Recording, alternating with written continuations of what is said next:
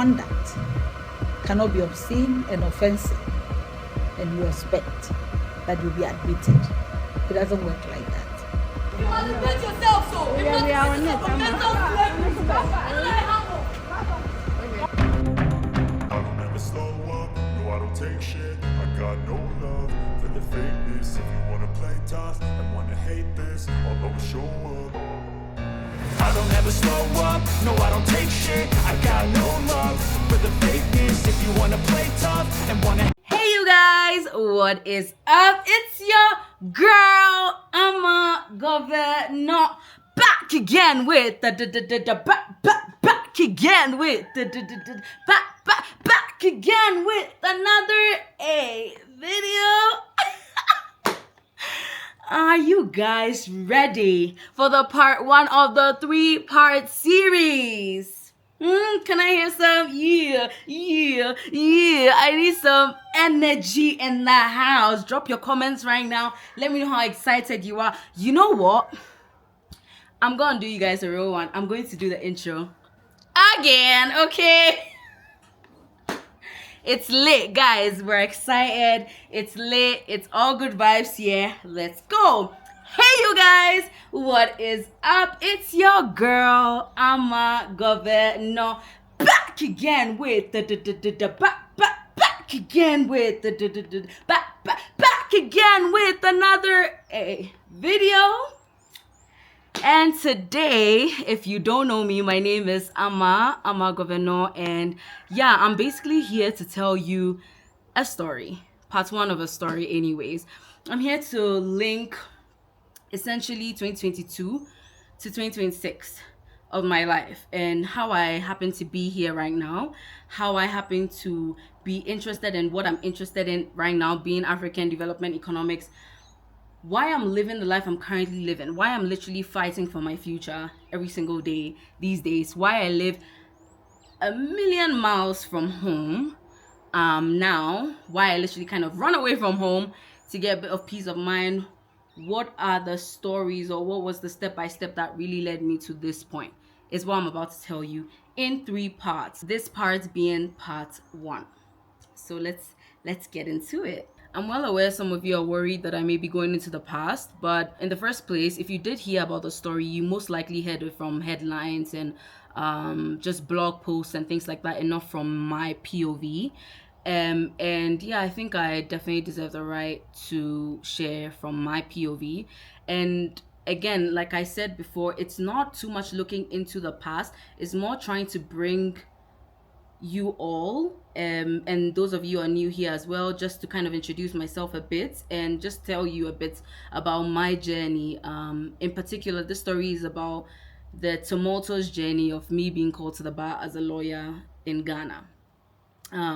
So yeah, I'll just get into it so that those of you who had been following me all the way from 2018, who I had to, because of these circumstances, just like drop you off in 2022, 2023, can then be brought on the journey that, you know, I kind of journeyed alone without the camera and without bringing you guys along from then till now. And why I'm interested in, like I've been saying, what I'm interested in now and what I want to share with you guys now, and why it's super relevant for me and for you guys, honestly.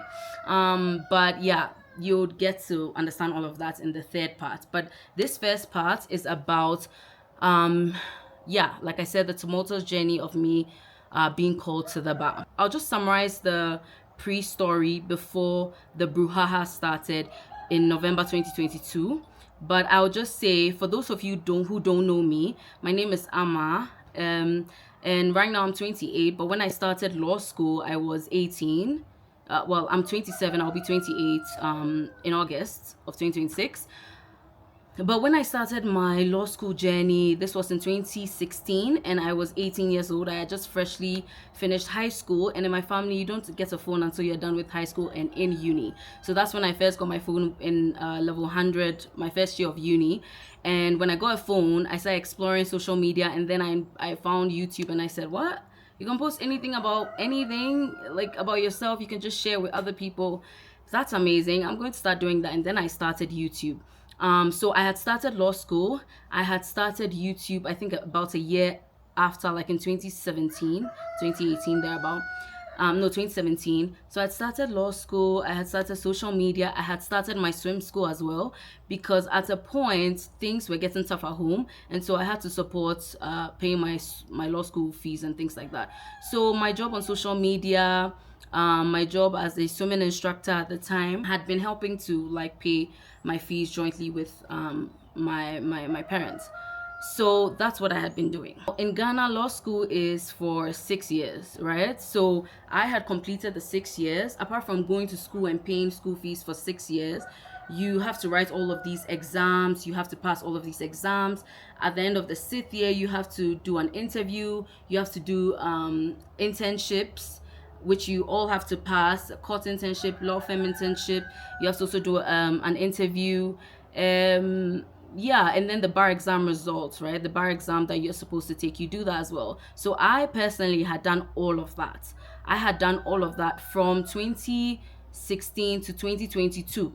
Being 6 years, I had spent 6 years of my life studying the law, falling in love with the law, being emboldened by the law because I knew the law, I understood the law, or at the very least, I understood the letter and spirit of the law, like what is written in text, not necessarily the feelings and biases of those behind, or let's say like certain legal persons in high places.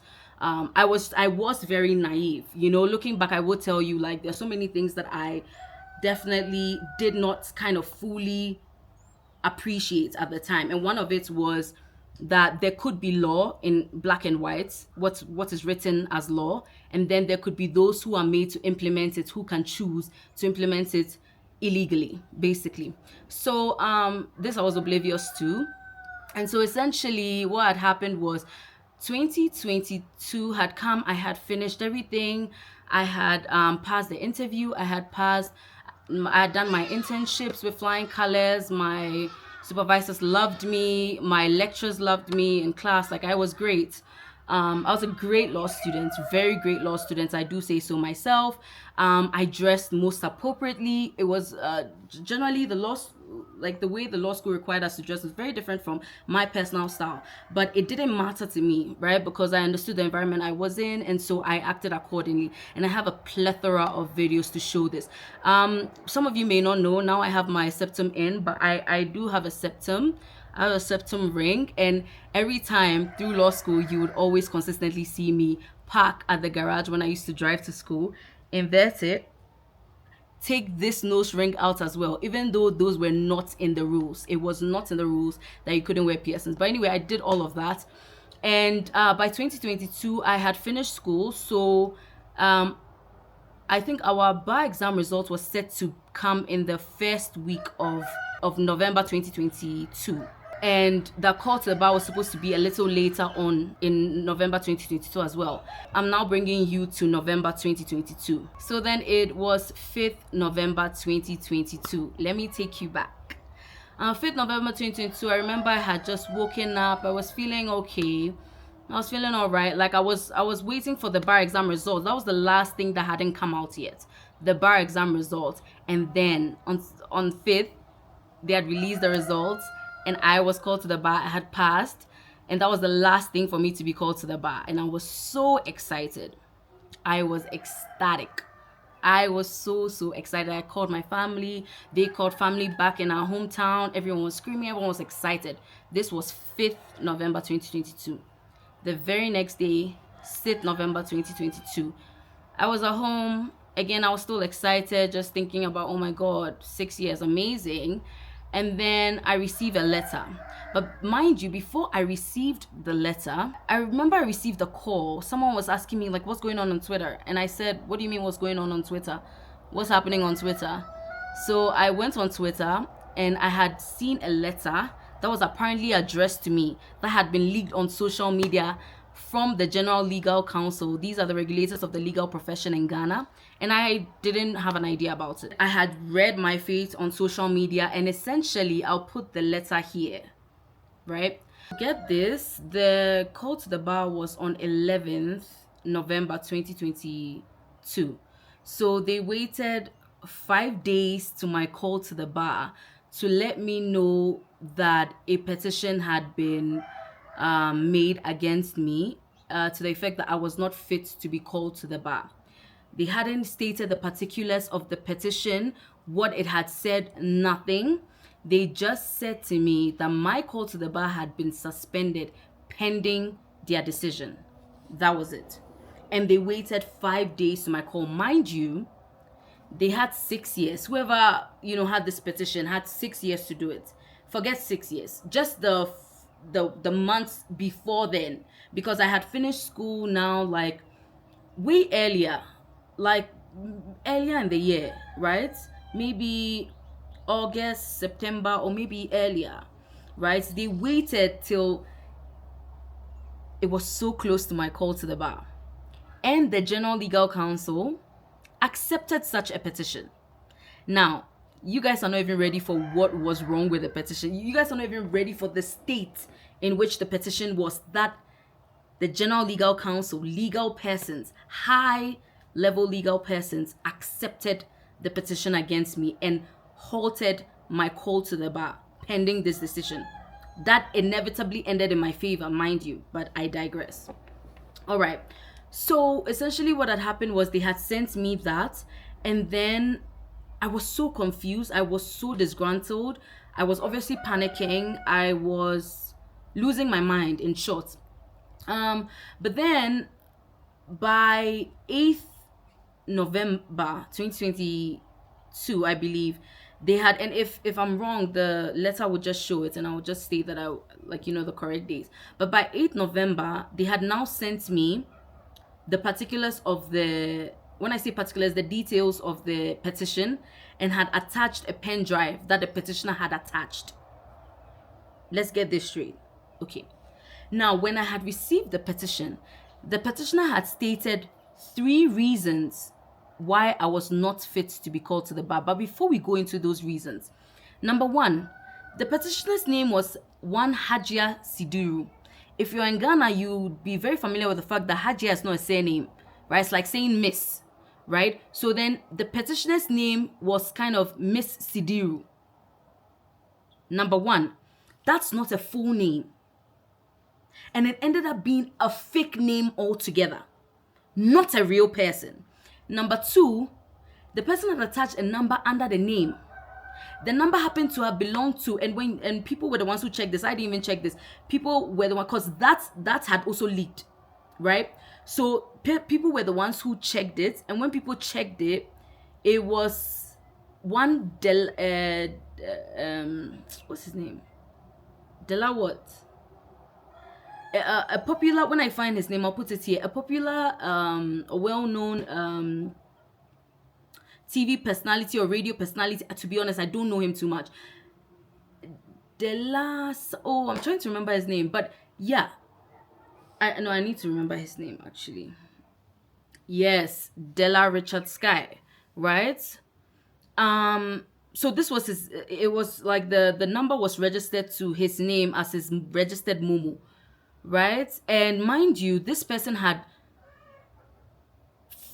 was to graduate with me on that 11th November, right? And to be honest, in school, and I'm not saying this was the person, right? Because this person came out and said he was not the one. Sure. But essentially, this person had been introduced to me by my then best friend in law school. And because we're both from the same tribe and we both spoke Ewe, I remember we just had a little bit of bonds, teasing my friend who had introduced us that she didn't understand Ewe. I did not know this person. She had to tell me who this person was, right? So I don't know this person.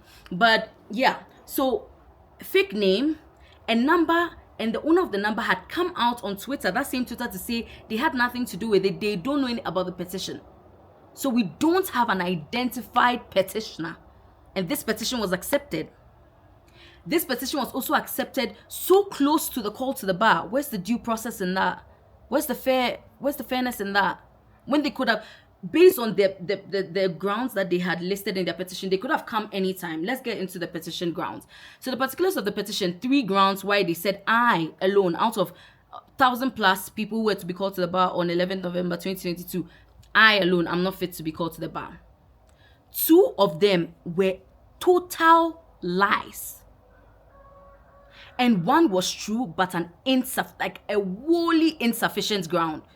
A very stupid ground, if I'm being real.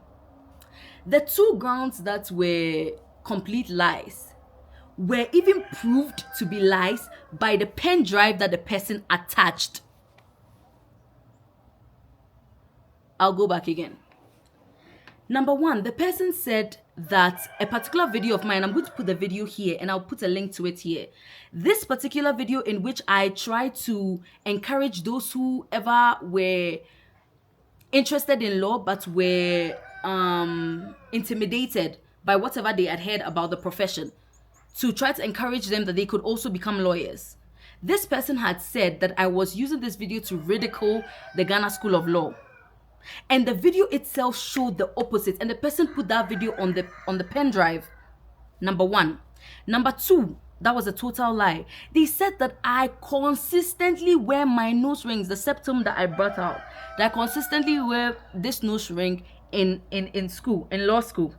And the person attached on the pen drive videos of me inverting my nose ring and taking this one out to show that I consistently wear my nose ring to school. Guys, I don't think you're getting it. When I had to respond to that petition with my lawyer, my late lawyer, God rest his soul, the Honorable Akoto Ampao. Moment of silence for that wonderful man. But when I was doing my response to the petition, I was using the same videos that the petitioner had attached on the pen drive to prove my innocence. Guys, let me just say this. There's something in law we call a prima facie case, right? So that if someone is to report like a crime, right? Or someone is to report some type of legal wrong, on the face of it, on the face of it, especially to when it's being reported to legal persons, on the face of it, there's the question of, are there any serious legal issues raised here? Before we even delve deep into the merits of the case and whatever was used to substantiate and buttress the grounds, on the face of it, is there any is there any real legal issue that has been stated in the petition for which what is being attempted to be done, which is to hold someone's call to the bar, can legally be done? And based on what I've said to you guys so far, it's absolutely not the case. There was no prima facie case from that very, very defaulting petition. That completely useless petition. The third ground, that was not false, that was completely true, but was a wholly insufficient ground. Completely useless, completely insufficient ground on which you can say someone is insufficient to be called to the bar, was on my sexuality and on my advocacy for the rights of the sexual minority in Ghana. I came out. I have been, maybe that's something I should have added to my, when I was like giving you a brief about myself coming up. I'm a queer woman. I've accepted myself as a queer woman. And to the best of my knowledge, in studying criminal law in level 200, and any level 200 law students will tell you, identifying as a queer person is not a crime. Asking for people's rights to be respected, regardless of their sexual orientation and gender identity, is not a crime, nor is any of that illegal. And I knew that. The law people knew that. But it didn't matter, did it? So yeah, that was the third ground on which this person said. So 3 grounds, 2 complete lies. And the pen drive that they had showed that they were lies. And then the last one was wholly insufficient, because my sexuality has absolutely nothing to do with my brains, has absolutely nothing to do with my professionalism, has absolutely nothing to do with my capacity, my ability to deliver on work that has been given me. Correct or no? Comment in the comment section below.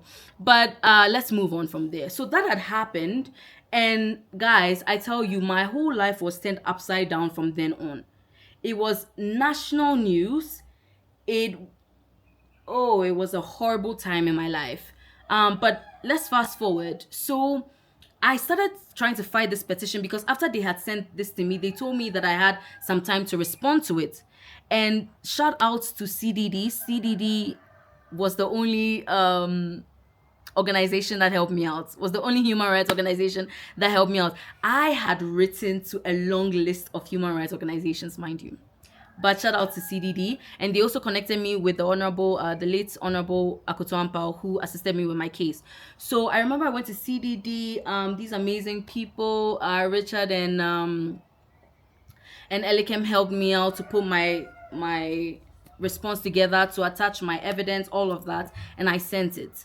Now, it took 3 or 4 hearings, right? Mind you, from the very first hearing, my lawyer kept asking, where is the petitioner? Because that's the thing. When someone says something against you, they have to face you. They have to. This is not like a whistle blowing anything. They have to face you. So we asked for a petitioner. The representatives of the committee that were hearing the matter, that were adjudicating over the matter, said themselves, and these were their words, I don't even know why anyone would, we can't call the person, we don't know who the person is. Mind you, by this time, it was past 11th November. My mates had been called to the bar, and I was left facing the most vexatious petition you can ever think of.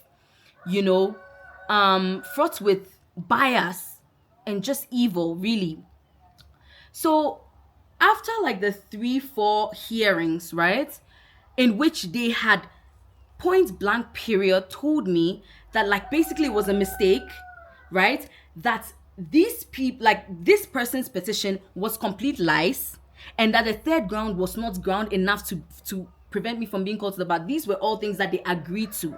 They now started a conversation with me about, oh, okay, but then yeah, like your bikinis, you're always in bikinis on, I'm telling you, like fact, I can't lie to you.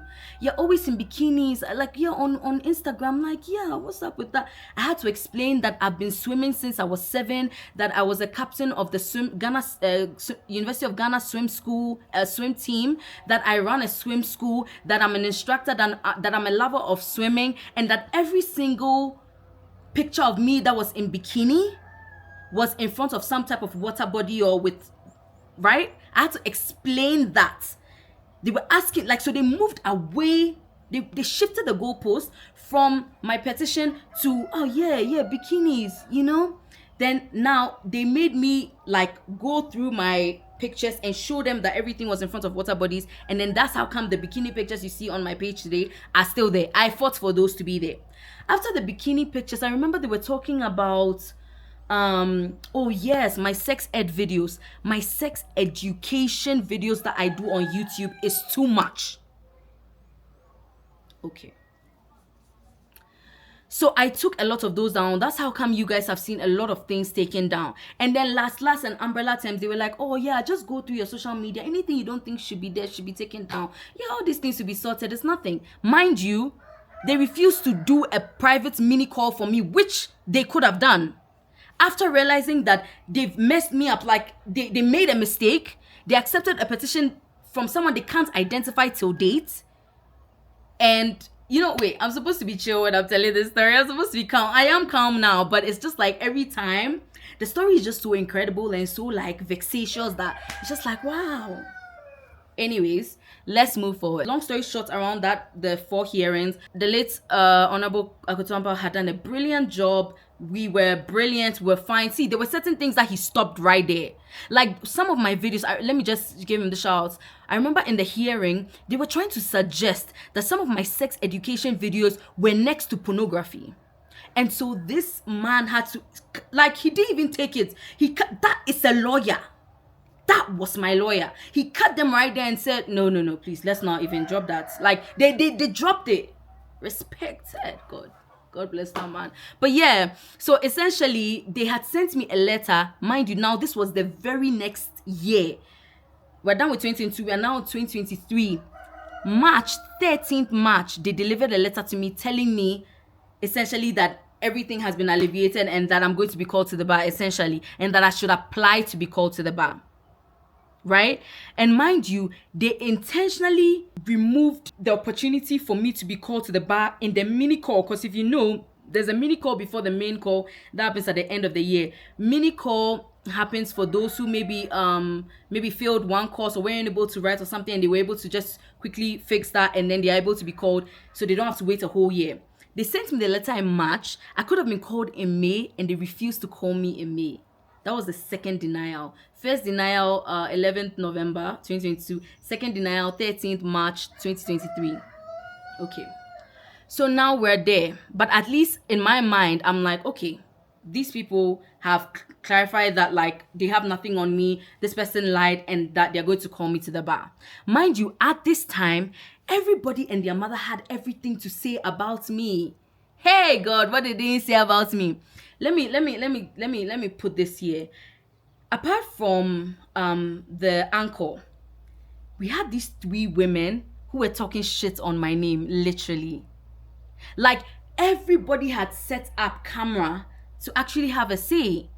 It was crazy. People were talking about, like, oh yeah, I wasn't trained well. We're insulting my parents. People were calling my parents.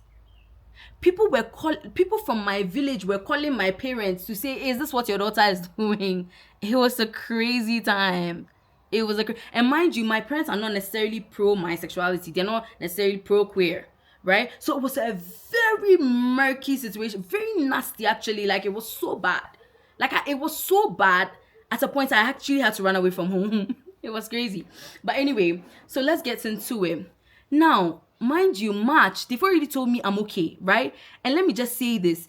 The Chief Justice is the chairman of the General Legal Council, or chairwoman of the General Legal Council, which means that they know what goes on there. They know decisions that they have made. I mean, they made the decision, Abby. Okay. Tell me why.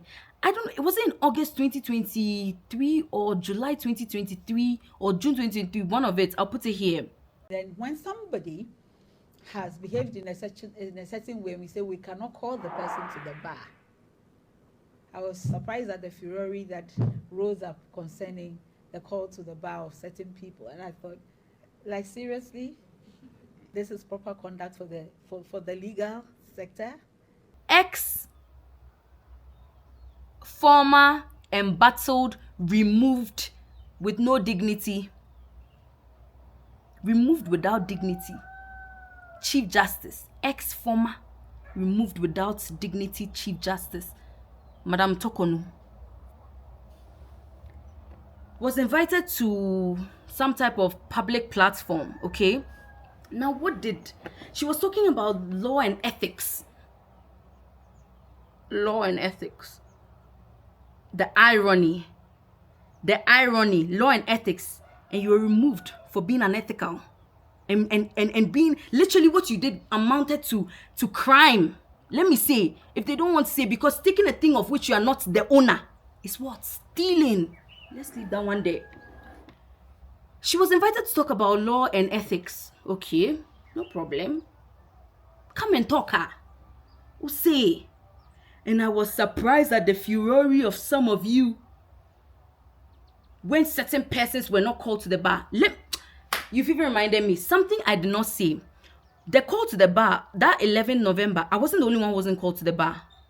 Among some people, 2 of us were not called to the bar. Me and another man. I'm not going to say his name now.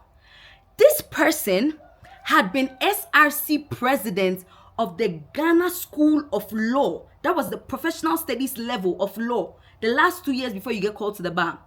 Okay. SRC president. This person was found culpable, as in conclusively found. Do you get the difference? My own, someone said they did not do any findings. They stopped me from being called. They did thorough investigation and found them guilty of this and that, including misappropriation of funds, including conflict of interest in the highest degrees. This person was not sent to jail for the crime. No. This person was called to the bar at the mini call, the May 2023 one that I could have been called for. They prevented me from being called a second time and called somebody who literally, in essence, misappropriated funds in a heavy office such as SRC president, and you guys tell me this was not misogynistic as well as homophobic as well as just bigoted? What are you saying to me? Do I look dumb? Let's go on.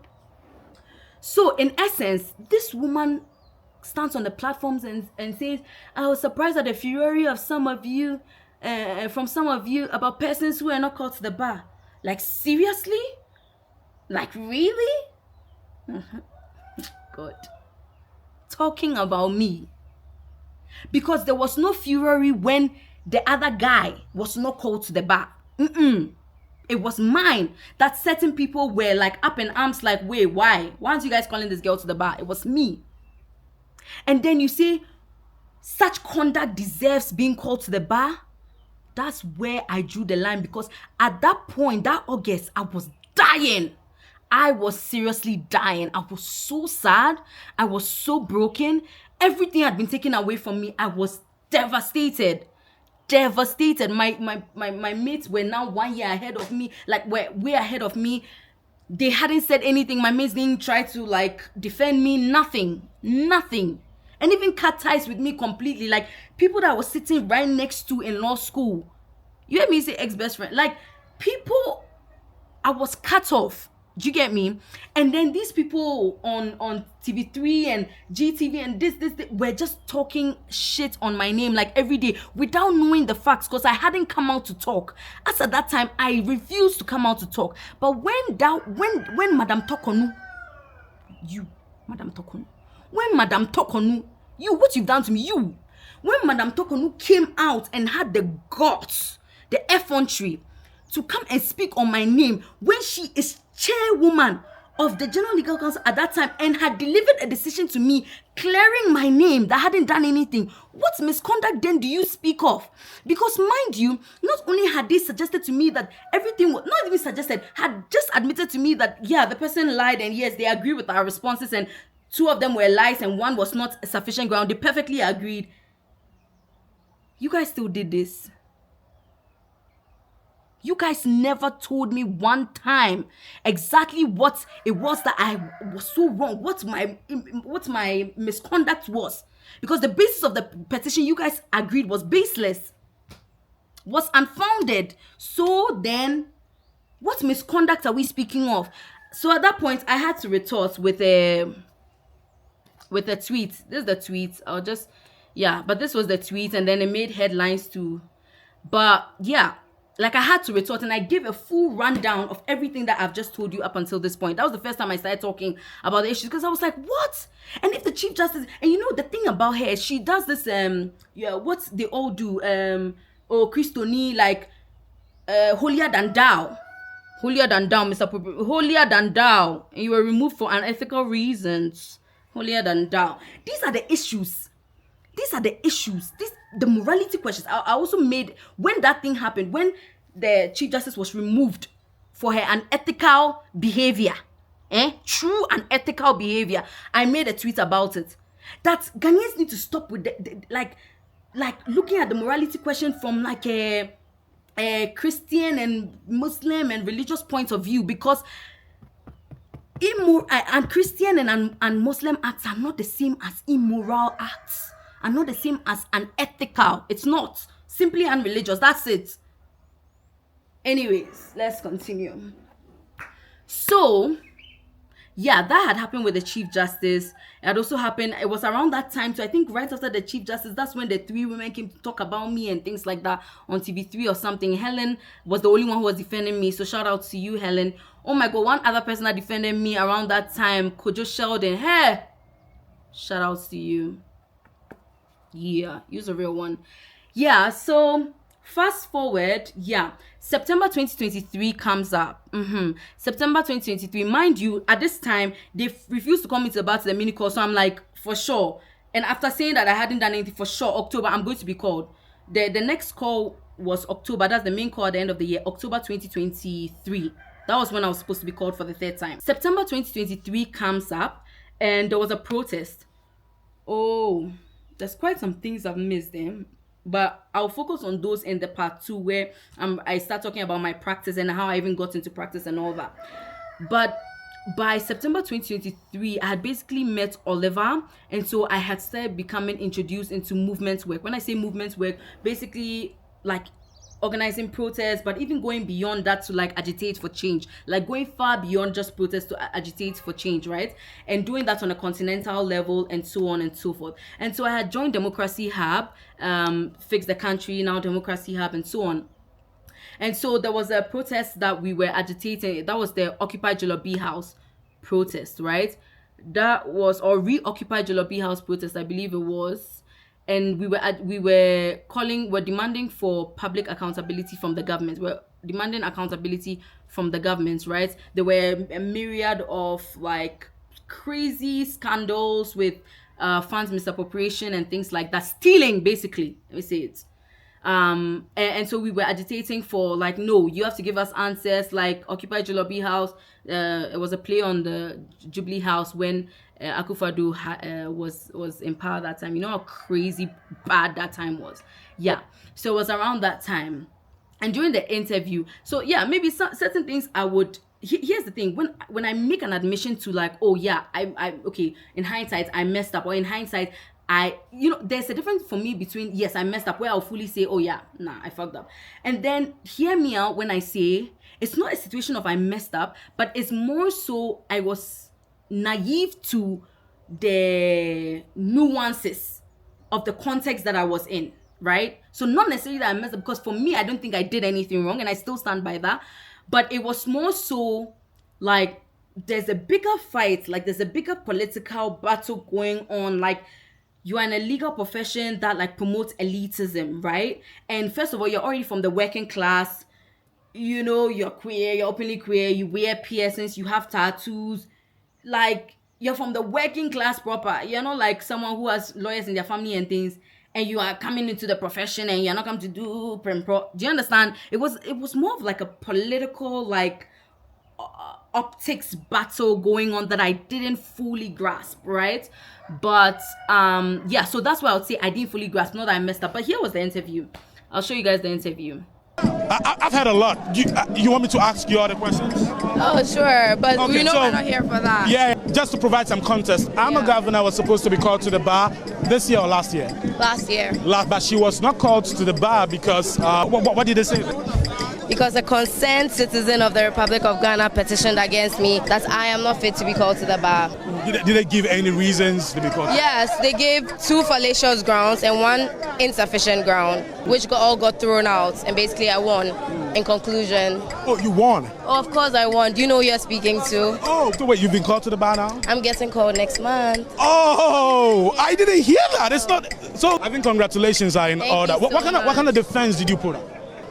First of all, like I said, the person stated fallacious grounds. They were lies, like outright fabrications. And the last one is the fact of my sexuality, that I sleep with women. I said that's not a lie. I do sleep with women. But it's not grounds for me to not be called to the bar. Can you repeat that?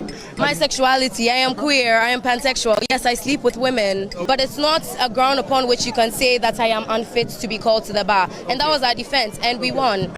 Yeah, so that was the interview where it was about the protest, but then this particular guy had asked me about my situation, right? Because I think that was the first time I was coming like back out in the public, and I hadn't been online and things like that. And mind you, this was from going like from being chronically online to like zilch, right?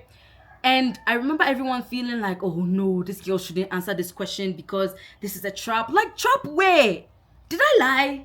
And mind you, is this news? Is this new news? Did you people not know that like I'm queer? Like, is it news? Haven't I already I have had 2 coming out videos.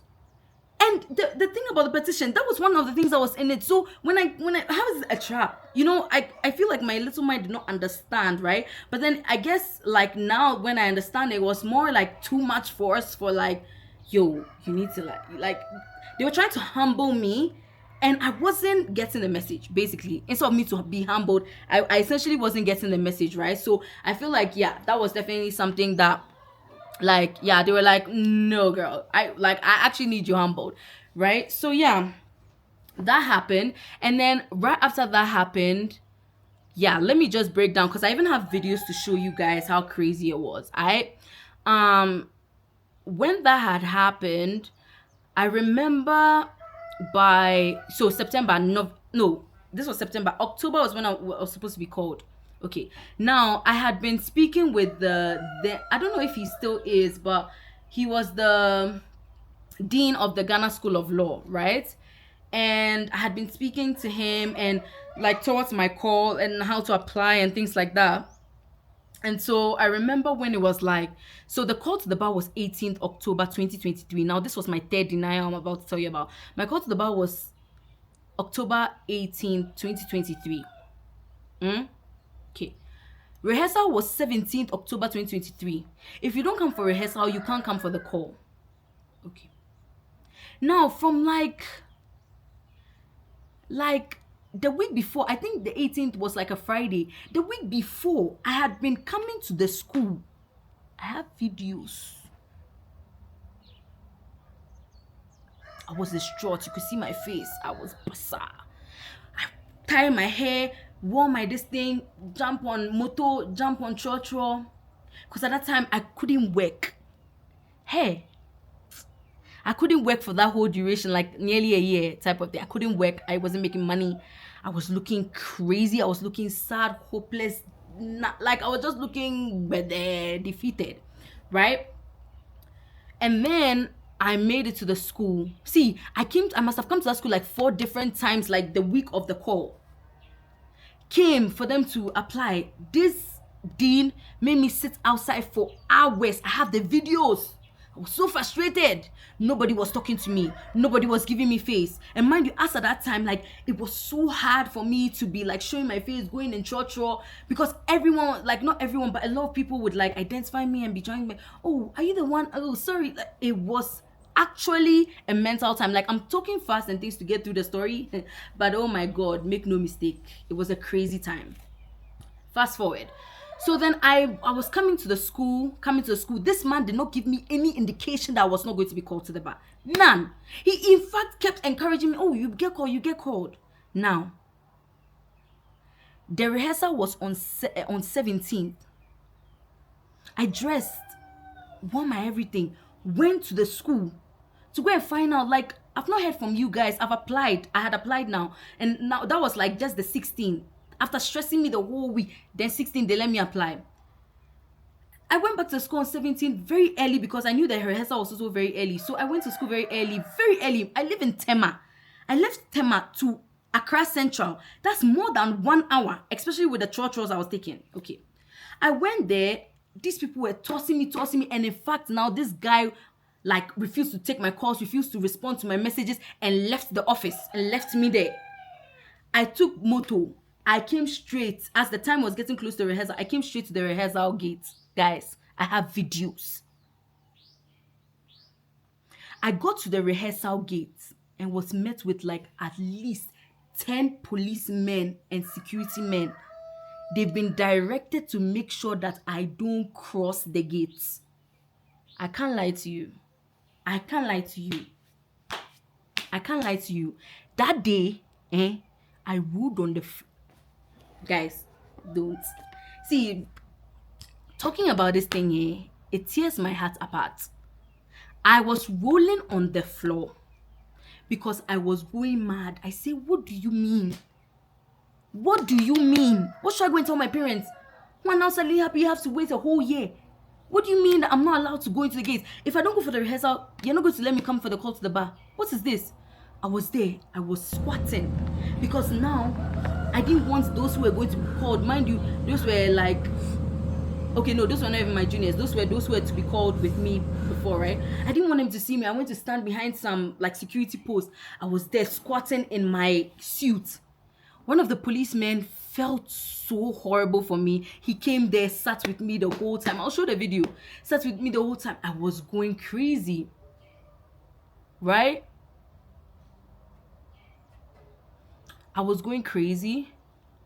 And then I fully lost my mind when one of the security men walked up to me and handed me a letter. It was hot. The letter was hot. They just printed it out. telling me that I will not be called to the bar for the third time. After waiting a whole year, after admitting that the petition was like unfounded, the petition which was the basis of this whole delay, for which you even agreed from March. You refused to call me May. You refused to call me October 2. And you only tell me one day. The first denial, 5 days to my call. Third denial, 1 day to my call to the bar. When I received that letter, I was on the floor. I was rolling. I didn't care. That day, I scratched my body like unintentionally rolling on. I was going insane. These people were trying to hold me. I was just going insane. And that was the day that I had met Oliver for the first time. Yeah, so that was when I met Oliver for the first time, because he was the only one I could think to call. And I called him, and he borrowed his friend's like mini car, drove straight to the National Theatre where I was, and then just grabbed me. And that was when I ran away from home, actually. I couldn't go back home from that. No. Like, my parents were panicking for like a month. They were wondering where the hell I was. They hadn't seen me. Because I couldn't show my face. My face where? Guys, I couldn't show my face to my parents. Oliver helped me hide, like, with my uncle, who happened to be his very good friend as well. Shout outs to Mali Dake and your beautiful wife and your gorgeous children, because you guys kept me in your house for like over a month, I think. I was that time. And then, mind you, God rest his soul, Akoto died like way before, like shortly after March, like shortly after the fair, like they had delivered that decision to me. So I don't even think he was alive when I went through the rest of it. So shout outs to Justice Shremsai, who is now Deputy AG, Honorable Justice Shremsai, because he stepped in for me again. And these two lawyers did my case pro bono. So shout outs to you guys. But yeah, Honorable Justice Shremsai took on my case and finished it with me. Now, so this had happened, and I was rolling on the floor. I was honestly at that time, everything was possible. Yeah, at that time, by the third denial, that's October. Now I was 2 years behind my mates. I was, it was crazy. I can't lie. It was one of the darkest periods of my whole existence. Oh, it was bad. It was really bad. Fast forward now to wrap up this story. Justice Shremsai had come into the picture. He helped me write to them after they denied me again, like asking like, what's up, like what happened, you know? And they didn't say anything. Like, they never gave me reasons why they kept denying my call to the bar. Like, there was one of it that they said, elements noted in your public conduct. Elements noted in your public conduct. You want to penalize somebody for saying something. What does the Constitution say about that? Before you can attach a penalty to an action that someone has done, that action must have been known to have, like, that it would attract that penalty, and must be written in a written law. Because how you come to spring up on me that this blinking I'm doing, suddenly you want to arrest me, when you never told me blinking like this would be a crime? Law people. Anyways, so they never like clearly told me. They would never tell me. And Justice Shremsai would be asking them, like, what are you talking about? Even he did not know. So eventually, like, the advice was like, mute. Like, they don't want to see any expression from you. Do you know how sick that is? Do you know how illegal that is? Do you know how painful that is to live through? Like, they don't want to see anything from you. They don't want to hear anything from you. And so, yeah, that was like Justice Shremsai's thing. Like, he was like, I'm sorry, but like, they're not giving us anything. They're just saying things like public elements noted in your public conduct. They don't give you anything. They want to humble you. They want you to reduce yourself. Do you understand? I had to knowing that and how aggravating that would be to the person I am, like to my whole being, I had to take that and swallow it down and sit still. From October to May, October, November, December, January, February, March, April, May, 8 additional months. As if that whole 1 year was not enough. 8 additional months before these people called me to the bar. 8 additional months before they called me to the bar as a lawyer. Yeah. Anyway, so when Justice Shremsari had written to them, they had said that they are going to be observing me.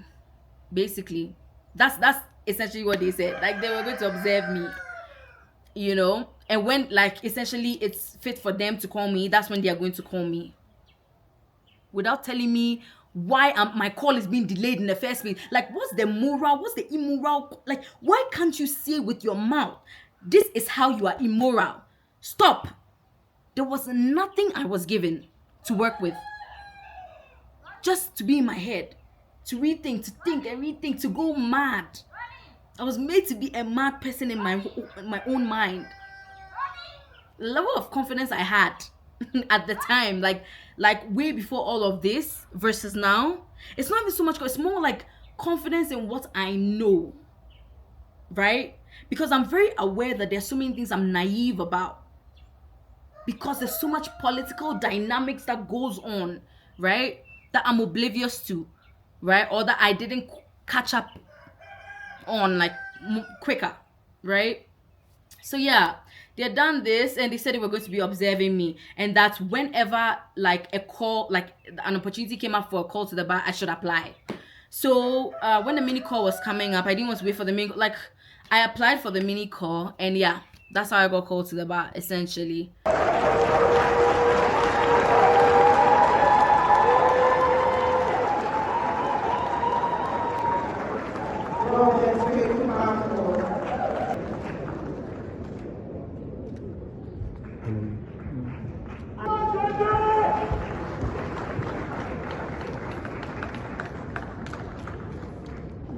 So yeah.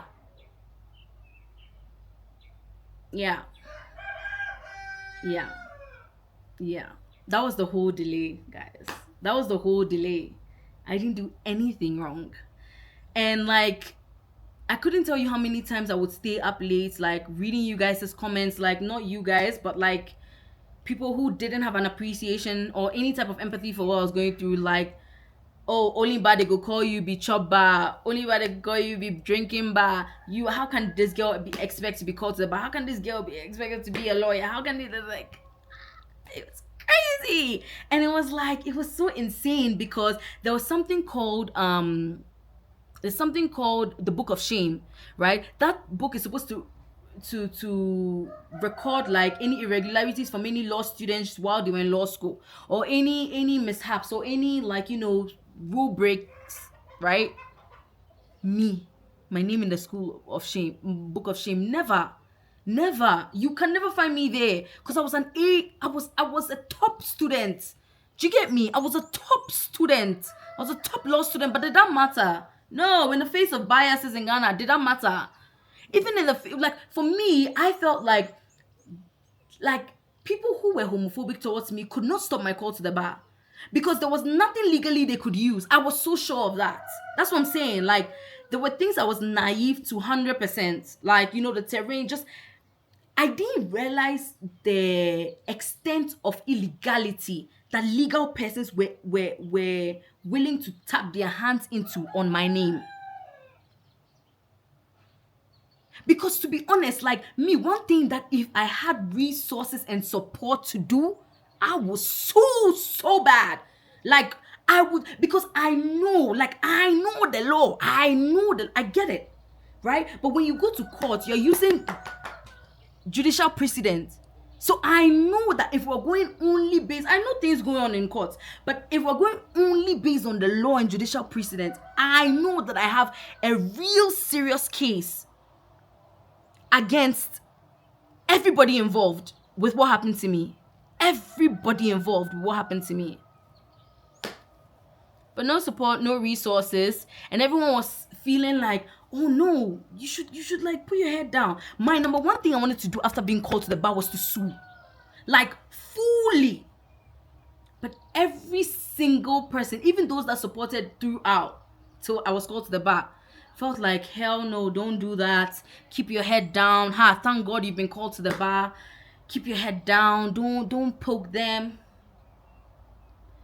What infuriates me is that my case has been used as precedent to possibly do the same thing to another unsuspecting law student. And that makes me sick to my stomach. Because there was nothing in there. There was nothing legal to back any of what happened to me. Anyways, guys, we've moved on. And yeah, this is the part 1 of my 3-part series, just bridging the gap between 2022 to where I'm at right now. Obviously, this is just a part 1, and so we haven't yet bridged the gap. And I'm really hoping that you come and join me for the part 2 and the part 3 so that we can get this over and done with. I'm going to start editing this video right now because I intend to post like back. You get me? Back. You get me? Back. Guys! We're so back, okay? We're so back. Anyways, guys, please don't forget to leave your comments. You know, like I go crazy about comments. Leave your comments. Even if it's the dots, leave your comments. Like this video, share, subscribe, clip your favorite part, post it, clip, post it. Yeah, baby. I'm so excited to be back, and I'm so excited to be back to you guys in particular, and I'm so excited to like kind of tell this story from my POV. I'm so excited to get it over and done with because I'm never gonna talk about this ever again. I'm not, baby. So yeah, the 2 years that were the hardest years of my life, I just shared with you guys, and hey, some fly. And yeah, I'm done. Like I said, like, comment, subscribe, guys. I love you, and thank you guys so much for your support. Please keep supporting. There's a reason for the new videos I'm doing right now, and they're not boring. They're very relatable, especially for people around our ages, and even people who just want to travel, people who are sick of like the cost of living, standard of living in Ghana and things like that, and you're just wondering like, we're better economically. We're better economically for real. Because even if you're trying to make it somewhere, what countries can you like spend less, have a good quality of life, high standard of living or decent standard of living, and so save more so that you can actually do the things you want to do? That's what we're trying to find out, and it links directly to all of the stories I'm about to tell you about what's been going on between 2022 to 2026. So subscribe and stick around, and even after the 3-part series, guys, continue watching the videos, continue supporting, because I can't lie. I need it so bad. Anyways, bye guys. Oh, I did this hair for you guys, by the way. Do you like it?